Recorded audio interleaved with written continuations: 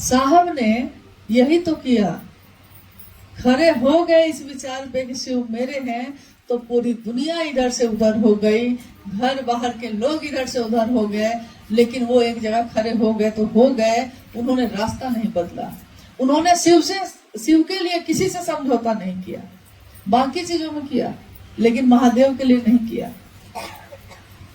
और हम आप क्या समझते हैं कि यही ना साहब जो दुबले पतले से हैं, यही ना जो कुर्ता पजामा पहन के बैठे हैं, यही ना जो पान खा रहे हैं, कोई ला दिया पान तो साहब खा लिए, गुरु भाई गुरुबान कोई ला दिए हैं तो साहब खा रहे थे, यही ना साहब। यही कभी उस नंबरदार ने भी सोचा था, वही ना महादेव जो मेरे मंदिर में रहता है, जो मेरे गांव में रहता है। और जैसे ही सोचा तो नदी में डूबने लगा। अघोरी ने कहा कि रे अपने शिव को छोड़, मेरे शिव को देख।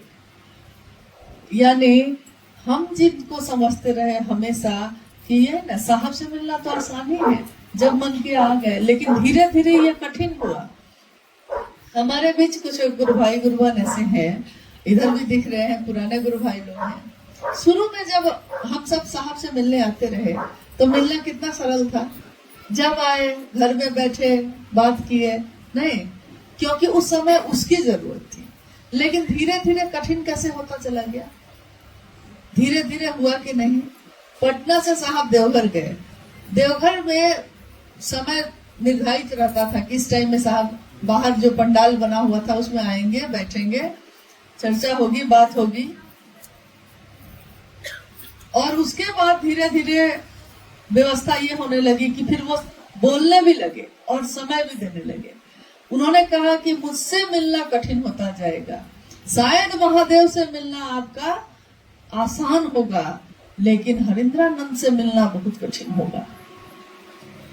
इतना आसान नहीं है, लेकिन उन्होंने अपने आप को आसान बनाया था इसलिए कि हम लोग महादेव की तरफ चल सकें, एक निष्ठ हो, समर्पित हो। और ऐसा हुआ कि आने वाले समय में जो उन्होंने कहा चरितार्थ भी हुआ। सबको लगा कि साहब तो पहले कितने आराम से मिलते थे, अब साहब समय देते हैं, समय देकर बुलाते हैं। 10 आदमी कहते हैं तो 10 ही आदमी से मिलते हैं, 2 आदमी ज्यादा हो जाए तो बिगड़ते हैं। लेकिन साहब की यह भावना कभी नहीं रही है कि वो बिगड़ेंगे किसी को। उन्होंने हमेशा ये कहा, जो हम लोगों ने सुना, जो उन्होंने कहा कि सालों से मैं सबसे महादेव की ही बात कह रहा हूँ। मैंने महादेव की बात छोड़कर दूसरी कोई बात किसी से नहीं की। मैंने कितने लोगों ने मेरा साथ छोड़ा, कितने लोग आए फिर चुप गए, कितने लोग साथ रहते हुए भी अपना मनमानी करते रहे, तब भी मैंने किसी को नहीं छोड़ा। आज भी मैं उन सभी को खोजता हूँ, मैंने किसी को नहीं छोड़ा। क्योंकि अगर मैं छोड़ दूंगा तो मेरे गुरु का संकल्प पूरा कैसे होगा।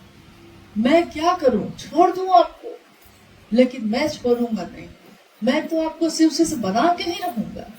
जिन्होंने ये कहा और अपने आप को इतना आसान बनाया, अपने आप को इतना नरम बनाया, इतना नीचे किया कि कोई गुरु भाई गुरुबान उनसे मिल सका, घंटों उनकी बात सुन सका, इसके पीछे उनका उद्देश्य क्या था?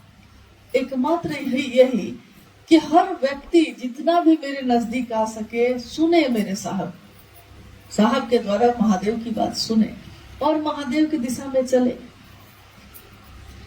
भीड़ बढ़ती चली गई, लोग बढ़ते चले गए, प्रतिदिन घोषणा पे घोषणा होने लगी।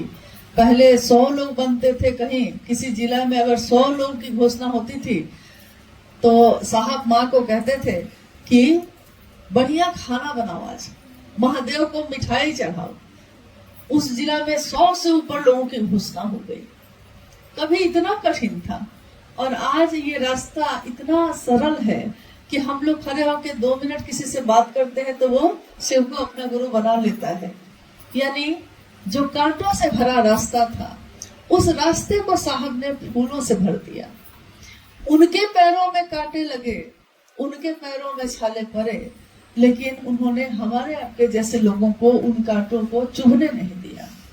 मां नीलामानंद जी ने कहा कि आपके लौकिक कांटों को अगर आप शिव के रास्ते पे चलते रहें तो आपके पथ पे बिछे कांटों को मैं चुन लूंगी, छाया बनकर हमेशा आपके साथ रहूंगी। तो साहब और दीदी का जीवन शिव और भगवती की अगर हम कल्पना करते हैं तो अगर वो शरीर में उतरे तो कैसे होंगे, उनकी ममता कैसी होगी, उनकी करुणा कैसी होगी, उनका कल्याण दाता स्वरूप कैसा होगा, ये उनके आचरण से, उनके जीवन से हम और आप समझते हैं। अब है कि शरीर की एक सीमा होती है। शरीर में कोई आया इस धरती पे तो काल उस पे लागू हुआ। जन्म की तिथि हुई तो शरीर के खत्म होने की तिथि भी निर्धारित हुई। तो स्वाभाविक है यहां भी ऐसा हुआ। लेकिन जब तक ऐसा हुआ तब तक साहब ने सभी जगहों पे असंख्य लाखों लोगों को, ऐसे लोगों को तैयार किया जो सही तरीके से महादेव के काम को संभालते रहेंगे। उन्होंने किसी एक व्यक्ति पे नहीं छोड़ा इसको, क्योंकि एक व्यक्ति से ये संभालने वाला काम ही नहीं है। महादेव का काम है, जगत स्तर पे होना है, कोई एक व्यक्ति इसको संभाल भी नहीं सकता। महादेव की दया है, साहब का आशीर्वाद है कि असंख्य गुरु भाई गुरु बहन आज जहां भी हैं बहुत अच्छे मन से, जो साहब ने चाहा, निस्वार्थ मन से, बिना किसी कामना के, महादेव आप हमको क्या दीजिएगा क्या नहीं दीजिएगा, इस पे तब मुझको लगता है बहुत लोग सोचते भी नहीं पहले। लेकिन हम लोग सोचते थे कि महादेव को गुरु बनाया है तो क्या मिला। लेकिन कुछ वर्ष क्या बीते, ठीक है कुछ लोगों के लिए मोहब्बत तिजारत बनी, लेकिन कुछ लोगों के लिए, बहुतों के लिए ये मोहब्बत बनी, एक मजहब बना, एक धर्म ये बना। धर्म मतलब हिंदू मुस्लिम सिख ईसाई नहीं होता। धर्म मतलब वो जो एक इंसान धारित करता है, अपने जीवन में उसको उतारता है। तो शिव की शिष्यता आज हम सबों के लिए वही चीज है, हम अपने जीवन में धारित करते हैं। और जैसे जैसे हम ये करते हैं हम सब एक हो गए। बहुत पहले की एक बात है, मुझको लगता है 2006 या 7 की बात है। पटना में 4A/60 एक क्वार्टर था जिसमें साहब रहते थे। आप में से शायद कुछ गुरु भाई गुरु बहन उसमें आए होंगे, जरूर आप में से आए हैं। बेली रोड में जो था, तो शाम की चर्चा होती थी वहाँ। शाम की चर्चा में आसपास के जिले के भी कुछ लोग शामिल होते थे, गुरु भाई गुरु बहन। एक दिन एक गुरु भाई ने पूछा साहब से, संजोग से मैं भी बैठी थी वहां, उस गुरु भाई ने पूछा, पटना के गुरु भाई थे, उन्होंने साहब से पूछा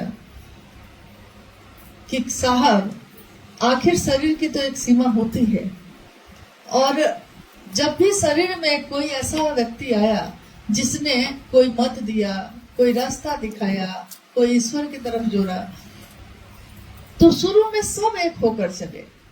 लेकिन जब वो शरीर से नहीं रहे, शरीर से विलीन हो गए, सूक्ष्म हो गए, तो उनके बातों पे चलने वाले लोग 2 भाग या 3 भाग में हो गए। और ऐसे कितने उदाहरण हैं। बुद्ध आए तो बहुत सुंदर, लेकिन जब शरीर से नहीं रहे तो 2 भाग 3 भाग। महावीर आए इसी तरह हुआ, ईसा मसीह आए इसी तरह हुआ, मोहम्मद आए इसी तरह हुआ। मतलब कि देखिए आज मतलब देवी देवताओं की भी बात हम करते हैं तो उसमें भी है, एक ही देवी की पूजा हो रही है, लेकिन कोई दूसरे तरीके से कर रहा है, कोई दूसरे तरीके से। दक्षिण भारत में चले जाइए तो अयप्पा की पूजा होती है, एक पंथ के लोग जो है वो दूसरे तरीके से करते हैं, एक पंथ के लोग है एक ही सत्ता। यानी एक सीमा के बाद ऐसा होता है, ऐसे संभावना होती है। तो उस दिन की जिज्ञासा ये थी कि क्या शिव शिष्यता में भी ऐसा होगा। कभी न कभी तो शरीर है, उसका एक जीवन होगा, लेकिन क्या शिव शिष्यता में भी ऐसा होगा कि आपके सामने तो सब एक है, लेकिन उसके बाद साहब ने शाम का समय था, छत पे चर्चा चल रही थी। साहब ने बड़े गंभीर भाव से कहा कि शिव की शिष्यता में इसका उल्टा होगा। शिव की शिष्यता में इसका विपरीत होगा। शिव की शिष्यता में जब लोग जुड़ना शुरू करेंगे उसी समय अलग अलग कुनबा बनाएंगे। मतलब मेरा क्षेत्र, मेरा जिला, मेरा गांव, मेरा शहर उसी समय बनाएंगे। लेकिन फिर धीरे धीरे ये सारी चीजें टूटती चली जाएंगी और सारे शिव के शिष्य एक हो जाएंगे। आपकी भी अनुभूति होगी और मेरी भी है कि अगर साहब ने कुछ कहा है तो एक दिन वो हुआ जरूर है।